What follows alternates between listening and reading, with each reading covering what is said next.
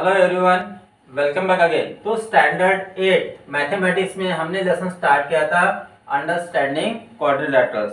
तो इसके ऊपर हमने इसके पहले एक्सरसाइज 3.3 जो है एनसीईआरटी की बुक से उसको कंप्लीट किया है। तो अगर आपने वो वीडियो मिस किया तो उसकी लिंक आपको इस वीडियो के डिस्क्रिप्शन में मिल जाएंगी। तो आज हम उसी लेसन को कंटिन्यू कर रहे हैं और आज का हमारा टॉपिक है सम स्पेशल पैरेललोग्राम्स। तो कुछ ऐसे पैरेललोग्राम्स के बारे में हम पढ़ेंगे और उनके प्रॉपर्टीज भी देखेंगे, मतलब पैरेललोग्राम की प्रॉपर्टीज और किसमें लागू होती है वो देखेंगे। और ये सब प्रॉपर्टीज के ऊपर एक्सरसाइज है 3.4, उसे भी आज हम सॉल्व करेंगे। तो चलो स्टार्ट करते हैं सम स्पेशल पैरेललोग्राम्स। उसके पहले बता दूं कि अगर आप मेरे चैनल पे नए हो तो प्लीज चैनल को सब्सक्राइब करो, बेल आइकन को प्रेस करो, वीडियो अच्छा लगे तो लाइक करो और अपने फ्रेंड के साथ शेयर करो। चलो स्टार्ट करते हैं। अब ये जो फर्स्ट फिगर आपको दिख रही है इसमें all sides are of equal length, तो ऐसी फिगर को हम कहते हैं रोम्बस। तो ये फर्स्ट फिगर हमारी हो गई rhombus. So I will write here rhombus. ये जो सेकंड फिगर है यहाँ पे देखो opposite sides are parallel and equal, और यहाँ पे हर एक एंगल जो है वो राइट एंगल है। तो ऐसी फिगर को हम क्या कहते हैं, दैट इज पैरेललोग्राम। सो ये हो गया हमारा पैरेललोग्राम। फिर हमारी जो थर्ड फिगर है इसमें देखो कि all angles are 90 degree, right angle है और सभी साइड सेम है, तो इसको हम कहते हैं स्क्वायर। और ये हो गई काइट।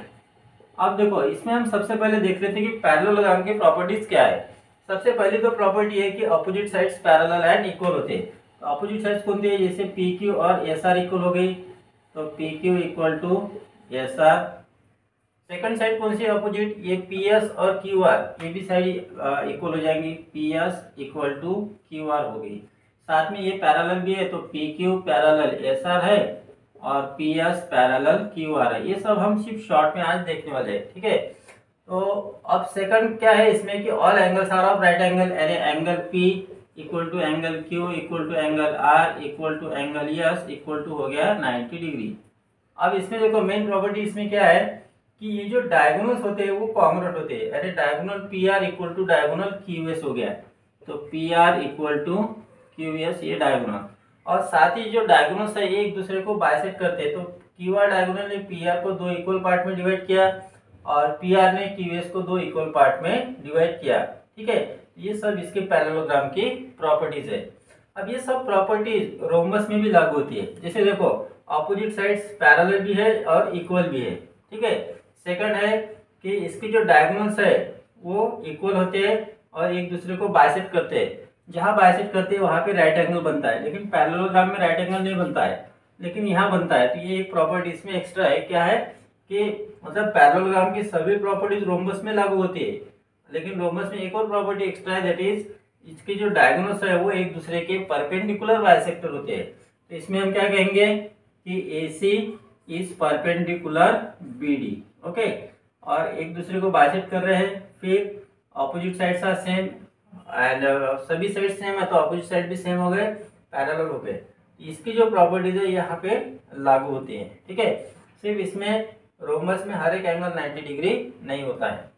फिर आप स्क्वायर अगर देखो तो स्क्वायर के सभी साइड सेम होते हैं, रोम्बस के भी सभी साइड सेम होते हैं, ठीक है। फिर स्क्वायर में हर एक एंगल राइट एंगल होता है, लेकिन रोम्बस में नहीं होता है। तो हम स्क्वायर को रोम्बस नहीं कह सकते, लेकिन हम रोम्बस को स्क्वायर कह सकते हैं। Rhombus is a kind of square, ठीक है। लेकिन यहाँ पे आप देखोगे तो स्क्वायर की जो प्रॉपर्टीज है वो क्या है कि जो डायगोनल्स है वो एक दूसरे को राइट एंगल में बाइसेक्ट करते हैं, और रोम्बस की भी जो डायगोनल्स है वो एक दूसरे के परपेंडिकुलर बाइसेक्टर्स होते हैं।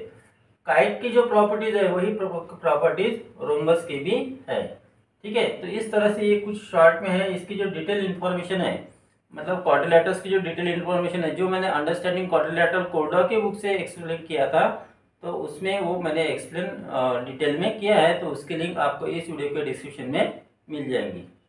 सो now we will see exercise 3.4 जो है एनसीईआरटी के बुक से। यहाँ पे हमें क्वेश्चन 1 में पूछा है स्टेट वेदर ट्रू और फॉल्स। तो यहाँ पे ए से लेकर H तक हमें स्टेटमेंट दिए हैं और इनमें से कौन से स्टेटमेंट ट्रू है और कौन से फॉल्स है ये हमें बताना है। तो स्टेप बाय स्टेप हम इनको समझ लेते हैं पहले डायग्राम से। तो फर्स्ट स्टेटमेंट क्या है, ऑल रेक्टेंगल्स आर स्क्वायर। अब देखो इस तरह से रेक्टेंगल होता है और इस तरह से होता है स्क्वायर। ठीक है, अभी हमने देखा था कि रेक्टेंगल की प्रॉपर्टीज क्या है और स्क्वायर की प्रॉपर्टीज क्या है। आपको पता है कि रेक्टेंगल के जो सभी एंगल्स है वो राइट एंगल होते हैं। ठीक है, ऑपोजिट साइड्स होते हैं पैरेलल और अपोजिट साइड्स इक्वल भी होते हैं, मतलब this side equal to this side and this side equal to this side. साथ ही हमने देखा था कि रेक्टेंगल की जो डायगोनल्स है वो एक दूसरे के बाइसेक्टर होते हैं। ठीक है, बाइसेक्टर के साथ साथ रेक्टेंगल्स के जो डायगोनल्स है वो इक्वल भी होते हैं, मतलब this diagonal equal to this diagonal. ठीक है, तो अब आप देखोगे कि यही प्रॉपर्टी स्क्वायर में भी है। स्क्वायर में देखो आप, रेक्टेंगल की प्रॉपर्टी स्क्वायर में होनी चाहिए या स्क्वायर की प्रॉपर्टी रेक्टेंगल में होनी चाहिए। इसमें से क्या होना चाहिए तब रेक्टेंगल स्क्वायर रहेगा? अगर रेक्टेंगल में स्क्वायर की प्रॉपर्टीज है तो हम रेक्टेंगल को स्क्वायर कह सकते हैं। तो स्क्वायर के लिए जरूरी क्या है? सभी एंगल राइट एंगल चाहिए। तो यहाँ पे देखो सभी एंगल राइट एंगल है, तो फर्स्ट प्रॉपर्टी लागू हो गई। सेकंड प्रॉपर्टी क्या है कि अपोजिट साइड सेम होनी चाहिए। तो इसके देखो अपोजिट साइड यानी सभी साइड्स इक्वल होते हैं, इसका मतलब अपोजिट साइड्स इक्वल होते हैं और वैसे ही पैरेलल भी होते हैं। थर्ड देखो कि रेक्टेंगल के स्क्वायर के जो डायगोनल्स है वो इक्वल होते हैं और परपेंडिकुलर बाइसेक्टर होते हैं। ठीक है, अब जरूरी नहीं है कि रेक्टेंगल के भी जो बाइसेक्टर्स है वो क्या हो, परपेंडिकुलर बाइसेक्टर हो। अभी आपने देखा कि स्क्वायर की जो प्रॉपर्टीज है वो रेक्टेंगल में है, इसका मतलब हम क्या कह सकते हैं? और रेक्टेंगल सा स्क्वायर हम कह सकते हैं क्या? तो अभी भी हम नहीं कह सकते, क्योंकि इसकी जो डायगोनल्स है वो परपेंडिकुलर बाइसेक्टर नहीं होते। इसका मतलब क्या हुआ कि all rectangles are not square, क्योंकि स्क्वायर में सभी साइड्स इक्वल होते हैं, इसमें सभी साइड्स इक्वल नहीं है, सिर्फ अपोजिट साइड्स इक्वल है। हम कहेंगे इट इज नॉट ट्रू, मतलब ये हो गया फॉल्स। तो फर्स्ट स्टेटमेंट जो है वो हो गया फॉल्स।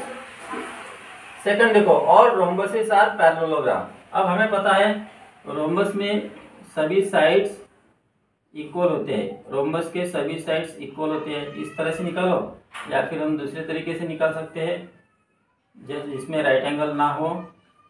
ठीक है, तो ये हो गया एक रोम्बस और ये हो गया पैरेललोग्राम। ठीक है, अब पैरेललोग्राम क्या होता है? अपोजिट एंगल्स इक्वल होते हैं, अपोजिट एंगल्स इक्वल होते हैं, ये तो आपको पता है, opposite sides are parallel and equal होते हैं। फिर इसकी जो डायगोनल्स है वो डायगोनल्स एक दूसरे को बाइसेक्ट करते हैं। अब उसी तरह से रोम्बस में भी आप देखो तो अपोजिट एंगल्स इक्वल होते हैं। ठीक है, और जो डायगोनल्स है वो एक दूसरे के परपेंडिकुलर बाइसेक्टर होते हैं। तो यहाँ पे अगर आप देखोगे तो रोम्बस की जो प्रॉपर्टीज है उसमें पैरेललोग्राम की प्रॉपर्टीज आती है, तो इसलिए हम क्या कह सकते हैं कि रोम्बस इज अ पैरेललोग्राम। तो ये स्टेटमेंट जो है दैट इज ये हो जाता है ट्रू। ठीक है, फिर थर्ड स्टेटमेंट है all squares are rhombuses and also rectangles. तो स्क्वायर को हम रेक्टेंगल कह सकते हैं, लेकिन रेक्टेंगल को हम स्क्वायर नहीं कह सकते। फिर वैसे ही स्क्वायर्स आर रोम्बसेस, स्क्वायर को हम रोम्बस कह सकते हैं, लेकिन रोम्बस को स्क्वायर नहीं कह सकते। रोम्बस को स्क्वायर क्यों नहीं कह सकते? क्योंकि स्क्वायर के ऑल एंगल्स राइट एंगल होते हैं। अब जरूरी है कि रोम्बस के ऑल एंगल्स राइट एंगल हो, इसलिए क्या हुआ यहाँ पे, ये जो है स्क्वायर्स को हम रोम्बस कह सकते हैं और स्क्वायर्स को हम रेक्टेंगल भी कह सकते हैं। तो दिस स्टेटमेंट इज ट्रू। ठीक है, नेक्स्ट है fourth statement, all squares are not parallelogram. All squares are not parallelogram, squares को पैरेललोग्राम नहीं कह सकते, ऐसा हमें कहा है। पैरेललोग्राम के लिए जरूरी क्या है? Opposite sides are equal and parallel. तो स्क्वायर में ऑपोजिट साइड्स इक्वल और पैरेलल होते हैं। और पैरेललोग्राम क्या है कि जो डायगोनल्स है वो एक दूसरे को बाइसेक्ट करते हैं, यहाँ पर भी बाइसेक्ट करते हैं, स्क्वायर में भी बाइसेक्ट करते हैं। अब इसमें क्या हुआ कि जो पैरेललोग्राम है उसकी प्रॉपर्टी स्क्वायर में है, इसलिए हम स्क्वायर को पैरेललोग्राम कह सकते हैं। तो इन्होंने कहा है कि आर नॉट पैरेललोग्राम, एक्चुअली चाहिए थे आर पैरेललोग्राम, तब होता है ट्रू। अब आर नॉट पैरेललोग्राम बोला तो इसका मतलब ये स्टेटमेंट हो गया फॉल्स। ठीक है, नेक्स्ट है फिर, ऑल रोम्बसेस आर स्क्वायर। सभी रोम्बस को हम स्क्वायर कहेंगे क्या? नहीं, स्क्वायर को रोम्बस कह सकते हैं, लेकिन स्क्वायर को रोम्बस कह सकते हैं, लेकिन रोम्बस को स्क्वायर नहीं कह सकते, इसलिए दिस स्टेटमेंट इज फॉल्स। ठीक है, फिर है ऑल रोम्बसेस आर काइट। सभी रोम्बसेस को हम काइट कह सकते हैं। हाँ, रोम्बस इसको हम काइट कर सकते हैं, क्योंकि काइट की प्रॉपर्टीज रोम्बस में आती है, इसलिए हम रोम्बस को काइट कर सकते हैं। So this statement is true. Next है ऑल पैरेललोग्राम आर ट्रेपेजियम, सभी पैरेललोग्राम ट्रेपेजियम होते हैं। अब आपको ट्रेपेजियम की डायग्राम यहाँ पे शो करता हूँ। तो इस तरह से ट्रेपेजियम की डायग्राम होती है, ठीक है। अब इस ट्रेपेजियम की डायग्राम में आप देखो तो अपोजिट साइड्स की वन पेयर पैरेलल होती है ना। और हमें क्या चाहिए, और पैरेललोग्राम को हम ट्रेपेजियम कह सकते हैं, लेकिन ट्रेपेजियम को हम पैरेललोग्राम नहीं कह सकते। तो it means that this statement is also true. Next है all squares are trapezium, square को हम ट्रेपेजियम कह सकते हैं, क्योंकि अपोजिट साइड की वन पेयर तो पैरेलल होती है। तो ये कंडीशन स्क्वायर में है, इसलिए इसको हम कहेंगे ट्रू। तो इस तरह से आप देखोगे तो ये डी और ई फॉल्स है और बाकी के सभी स्टेटमेंट्स ट्रू है। ये प्रॉपर्टी का अगर आप ध्यान से स्टडी करोगे तो आपको इसका पता चल जाएगा। तो इसकी जो प्रॉपर्टीज है उसकी लिंक मैंने आपको डिस्क्रिप्शन में दे दी है, आप डिटेल में जाके वहाँ पे उसकी स्टडी कर सकते हो। नेक्स्ट हम देखते हैं question number 2। Identify all the quadrilaterals that have 4 sides of equal length. ऐसा क्वाड्रिलेटरल जिसके 4 साइड्स है और इक्वल लेंथ है, मतलब 4 साइड्स की लेंथ इक्वल है, ऐसे क्वाड्रिलेटरल को हम क्या कह सकते हैं। ऐसे दो टाइप के क्वाड्रिलेटरल है हमारे पास। पहला तो है ये इस तरह का क्वाड्रिलेटरल जिसमें सभी एंगल्स राइट एंगल होते हैं और सभी जो साइड्स है वो इक्वल होते हैं, एक क्वाड्रिलेटरल है। दूसरा क्वाड्रिलेटरल इस तरह से है जिसमें सभी साइड्स सेम होते हैं, ठीक है। ये दो क्वाड्रिलेटरल है, तो इसको हम कहते हैं स्क्वायर और इस क्वाड्रिलेटरल को हम कहते हैं रोम्बस, ठीक है। तो ऐसे हमारे पास दो क्वाड्रिलेटरल है, तो इसलिए इसका जो आंसर है 4 साइड्स ऑफ इक्वल लेंथ, तो ऐसे क्वाड्रिलेटरल है, एक है square and second is rhombus. फिर सेकंड देखो 4 राइट एंगल, ऐसा क्वाड्रिलेटरल जिसके सभी एंगल्स राइट एंगल होते हो। तो एक तो स्क्वायर है और दूसरा है फिर रेक्टेंगल, इस तरह की फिगर जिसमें ऑपोजिट साइड्स इक्वल होते हैं, पैरेलल होते हैं और ऑल एंगल्स राइट एंगल होते हैं। सो स्क्वायर एंड रेक्टेंगल हो गया इसका answer. So will write here square and second is rectangle, ठीक है। नेक्स्ट देखते हैं third question number 3। Explain how square is a quadrilateral. अब क्वाड्रिलेटरल क्या होता है, ऐसी 4 साइडेड क्लोज डायग्राम जो क्या होती है, क्लोज होती है, ठीक है। तो हम लिखेंगे, तो फर्स्ट का आंसर हम लिखेंगे square is a quadrilateral, square is a quadrilateral because square is 4 sided close figure. Square एक 4 साइडेड क्लोज फिगर है, इसलिए हम उसको क्वाड्रिलेटरल कह सकते हैं। सेकंड है स्क्वायर इज अ पैरेललोग्राम। तो स्क्वायर को हम पैरेललोग्राम क्यों कह सकते हैं, तो आपको पता है ये स्क्वायर है और इस तरह से फिगर होती है पैरेललोग्राम की, ठीक है। अब पैरेललोग्राम में और स्क्वायर में देखो, आप पैरेललोग्राम के लिए जरूरी क्या है कि अपोजिट साइड्स इक्वल होनी चाहिए। स्क्वायर के अपोजिट साइड्स इक्वल होते हैं। पैरेललोग्राम में क्या जरूरी है कि अपोजिट साइड्स पैरेलल होनी चाहिए। तो यहाँ पे स्क्वायर में अपोजिट साइड्स पैरेलल होते हैं, ठीक है। इसका मतलब क्या हुआ कि स्क्वायर की जो प्रॉपर्टीज है वो पैरेललोग्राम की भी प्रॉपर्टीज है, इसलिए हम क्या कह सकते हैं, square is a parallelogram. So we can write square is a parallelogram, square is a parallelogram because properties of parallelogram are also properties of square। अब इसमें देखो एक प्रॉपर्टी और है, पैरेललोग्राम की जो अपोजिट एंगल्स है वो इक्वल होते हैं, स्क्वायर के भी अपोजिट एंगल्स इक्वल होते हैं। पैरेललोग्राम के जो एडजेसेंट एंगल्स है वो सप्लीमेंट्री होते हैं, स्क्वायर के भी एडजेसेंट एंगल सप्लीमेंट्री होते हैं। पैरेललोग्राम की जो डायगोनल्स है वो एक दूसरे को बाइसेक्ट करते हैं, स्क्वायर की भी डायगोनल्स एक दूसरे को बाइसेक्ट करते हैं। तो पैरेललोग्राम की जो प्रॉपर्टीज है वो स्क्वायर में है, इसलिए हम कह सकते हैं कि square is a parallelogram. Next है number 3 a rhombus and a square is a rhombus हमें पूछा है। तो हमें पता है कि स्क्वायर और रोम्बस देखते हैं हम इस तरह से, ये डायग्राम ड्रॉ कर रहा हूँ। ये हो गया स्क्वायर और ये हो गया रोम्बस। अब रोम्बस होने के लिए जरूरी क्या है कि अब सभी साइड्स इक्वल होनी चाहिए, तो स्क्वायर में भी सभी साइड्स इक्वल होते हैं, तो इसलिए हम स्क्वायर को रोम्बस कह सकते हैं। लेकिन स्क्वायर को हम पैरेललोग्राम भी कहते हैं, तो क्या लिखेंगे हम? अ square is a parallelogram, a square is a parallelogram with parallelogram with four sides equal, so a square is a parallelogram, so a square is a rhombus, a square is a rhombus। Next है और rectangle. तो क्या square को हम rectangle कह सकते हैं?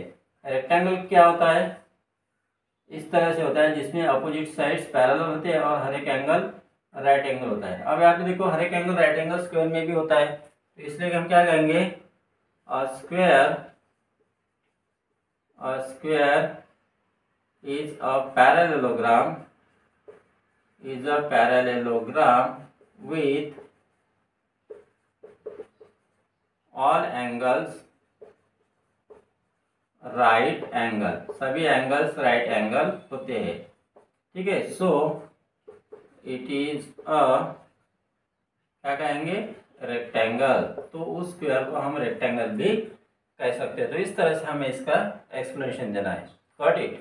Next हम देखते हैं question number 4। Name the quadrilateral whose diagonals, number 1 दिया है बाइसेक्ट ईच अदर। अब ऐसे कौन से क्वाड्रिलेटरल है जिनके डायगोनल बाइसेक्ट करते हैं? तो सबसे पहले तो हमने देखा था कि स्क्वायर देखा था, ठीक है। अब ये स्क्वायर है और हमने ये भी देखा था कि स्क्वायर की जो डायगोनल्स है एक दूसरे को बाइसेक्ट करते हैं, this equal to this and this equal to this. इसका मतलब क्या होगा? पहला इसका आंसर है हमारे पास स्क्वायर। और कोई है क्या जिसके डायगोनल्स एक दूसरे को बाइसेक्ट करते हैं? अब देखो रोम्बस के देखते हैं, ठीक है। रोम्बस में भी हमने देखा था कि उसके जो डायगोनल्स है वो एक दूसरे को बाइसेक्ट करते हैं, ठीक है। तो सेकंड आंसर हो गया हमारा रोम्बस। फिर थर्ड हमने देखा था रेक्टेंगल में भी एक दूसरे के बाइसेक्ट करते हैं, ये रेक्टेंगल हो गया। अब इस रेक्टेंगल के सभी एंगल्स हम यहाँ पे शो कर लेते हैं 90 डिग्री। तो यहाँ पे देखो ये जो डायगोनल्स है ये एक दूसरे को यहाँ पे भी बाइसेक्ट करते हैं, तो इसका आंसर ये रेक्टेंगल भी हो गया, ठीक है। और कौन है जिसके डायगोनल्स एक दूसरे को बाइसेक्ट करते हैं? तो वो पैरेललोग्राम था एक, ठीक है। तो पैरेललोग्राम में भी जो डायगोनल्स है वो एक दूसरे को इस तरह से बाइसेक्ट करते हैं, तो आंसर इसका पैरेललोग्राम भी है। और कोई नहीं है जो एक दूसरे को बाइसेक्ट करते हैं, ठीक है। काइट में करते हैं, लेकिन जो बड़ा डायगोनल है वो स्मॉल डायगोनल को बाइसेक्ट करता है, स्मॉल डायगोनल बड़े डायगोनल को बाइसेक्ट नहीं कर सकता है, ठीक है। फिर सेकंड देखते हैं, ऐसा क्वाड्रिलेटरल बताओ जिसके डायगोनल्स एक दूसरे को परपेंडिकुलर बाइसेक्ट करते हैं। अब परपेंडिकुलर बाइसेक्ट सिर्फ रोम्बस में करते हैं और फिर हमने देखा था स्क्वायर में करते हैं, ठीक है।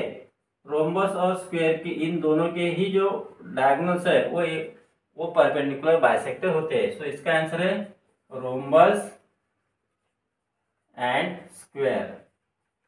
फिर हमें पूछा है कि इक्वल, ऐसे कौन से क्वाड्रिलेटरल है जिनके डायगोनल इक्वल होते हैं? तो हमने देखा था कि स्क्वायर के डायगोनल इक्वल होते हैं और फिर रेक्टेंगल के डायगोनल भी इक्वल होते हैं। तो स्क्वायर एंड रेक्टेंगल इन दोनों के डायगोनल्स इक्वल होते हैं, स्क्वायर के दोनों डायगोनल इक्वल होते हैं, रेक्टेंगल के भी दोनों डायगोनल इक्वल होते हैं। तो इसका आंसर है स्क्वायर एंड रेक्टेंगल। तो इस तरह से हमें इसको समझना है। Got it. Next we will see question number 4। Explain why a rectangle is a convex quadrilateral. सबसे पहले कॉन्वेक्स पॉलीगॉन के बारे में हमने पढ़ा था। जैसे इस तरह से एक पॉलीगॉन मैं निकालता हूँ, कोई भी निकाल सकते हो, ठीक है।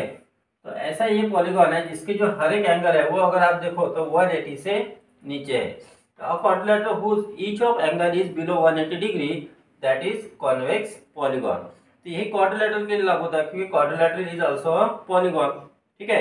अगर आप रेक्टेंगल के देखोगे तो रेक्टेंगल के हर एक एंगल जो है वो राइट एंगल होता है ना। इसका मतलब बिलो 180 डिग्री होता है। So will write here convex quadrilateral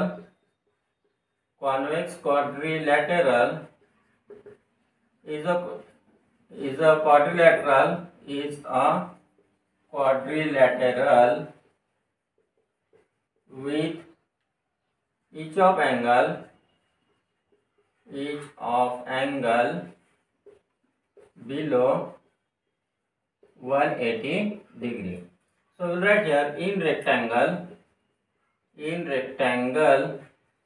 each of angle is right angle, that is right angle है मतलब बिलो 180 डिग्री है ना।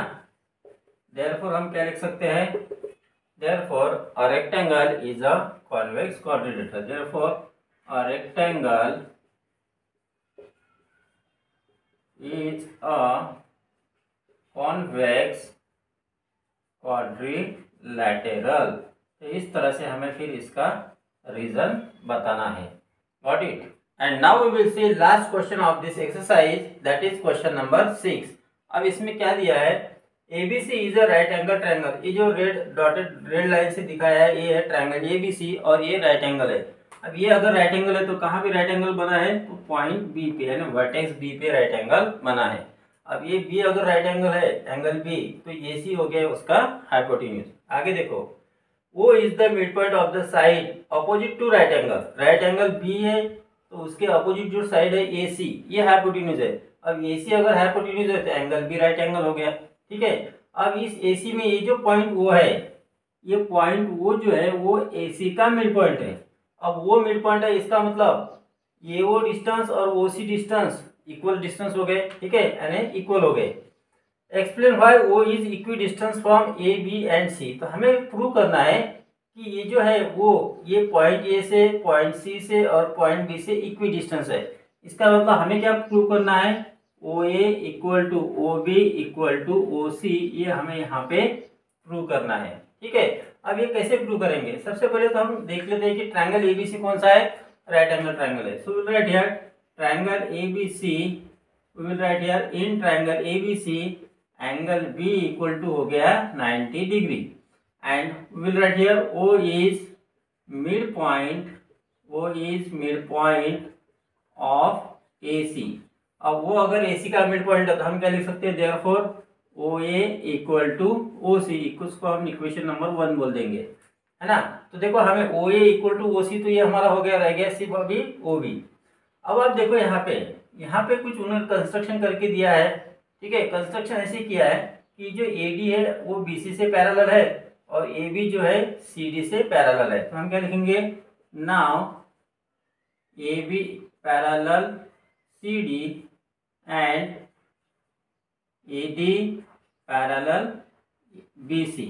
अब अपोजिट साइड्स पैरेलल हो गए, इसका मतलब ये पैरेललोग्राम भी हो सकता है, लेकिन हमें इक्वल भी चाहिए उसके लिए, तो इक्वल है ही नहीं, अभी पता नहीं है। तो ये अगर पैरेलल है तो ये AB डिस्टेंस और DC डिस्टेंस सेम हो गया, और अगर ये दो साइड पैरेलल है तो AD डिस्टेंस और BC डिस्टेंस भी सेम हो जाएगा, तो ये पैरेललोग्राम हो गया। लेकिन इसमें एक राइट एंगल है तो ये भी राइट एंगल ले लिया है यहाँ पे, है ना। तो इसका मतलब ये जो है ये क्या बन गया, ये रेक्टेंगल बन गया। So we will write here and AB equal to opposite sides हम इक्वल भी दिखाते हैं एंड AD इक्वल टू दिखाते हैं BC। साथ ही में इनके जो एंगल्स है वो राइट एंगल्स हो गए। तो कौन कौन से, angle A equal to angle B equal to angle C equal to angle D equal to 90 degree. Therefore हम क्या कह सकते हैं, क्वाड्रिलैटरल ABCD इज रेक्टेंगल। और आपको पता है कि रेक्टेंगल के जो डायगोनल्स होते हैं वो इक्वल होते हैं, therefore we can say that AC equal to BD। तो इसका रीजन क्या है, डायगोनल्स ऑफ रेक्टेंगल, तो रेक्टेंगल के जो डायगोनल्स है वो इक्वल होता है, अभी हमने थोड़ी देर पहले देखा था। अब आप देखो यहाँ पे ये जो है ये AC का हाफ रहेगा, है ना, because O is the mid point of AC। देखो हम क्या लिख सकते हैं, AO is equal to half of AC। अब AC और BD सेम है, इसका मतलब AO जो है वो BD का भी हाफ हो गया, है ना। अब देखो वो क्या हो गया, BD का mid point. So will write here now O is mid point of BD also. ठीक है, देयरफॉर हम क्या कहेंगे, OB is equal to O D हो गया, है ना। अब देखो ये वो रहेगा ए सी का half, now A O is equal to half of A C. और अब देखो ए सी की जगह हम बी डी लिख सकते हैं, क्योंकि हमने यहाँ पे लिखा है A C equal to B D, so will write here half of B D. अब देखो हाफ ऑफ बी, अब ओ बी क्या है, O B, O is the mid point है, इसका मतलब क्या हो गया, now O B is equal to क्या हो गया, हाफ ऑफ बी डी हो गया। अब इसको बोलो इक्वेशन 2 और इसको बोलो 3। ये 1 का तो यहाँ पे काम नहीं पड़ा अभी तक, तो फ्रॉम 1 एंड 2, फ्रॉम 1 एंड 2 हम क्या बोल सकते हैं यहाँ पे, ये जो ओ बी है उसके जो ओ बी इज क्या हो गया, हाफ ऑफ बी डी, तो बी डी की जब हम ए सी लिख सकते हैं, तो O B is equal to हो गया हाफ ऑफ ए सी। अब आप देखो A O is equal to half of A C है, O B equal to half of A C है ना, तो इसका मतलब क्या हो गया, A O equal to O B. तो full right here therefore A O is equal to, A O is equal to क्या हो गया, ओ बी, है ना। और इसके पहले हमने क्या बोला था, O A is equal to O C है ना, यानी A O is equal to O C है। So we will write here therefore A O is equal to O B is equal to O C. तो इसको हम लिख सकते हैं फ्रॉम इक्वेशन 1, ठीक है। तो इस तरह से हम बता सकते हैं कि वो is equidistance from A B and C. Therefore we will write last answer, therefore point O is equidistant from point A, B and C। तो इस तरह से हमें फिर इसका एक्सप्लेनेशन लिखना है। Got it.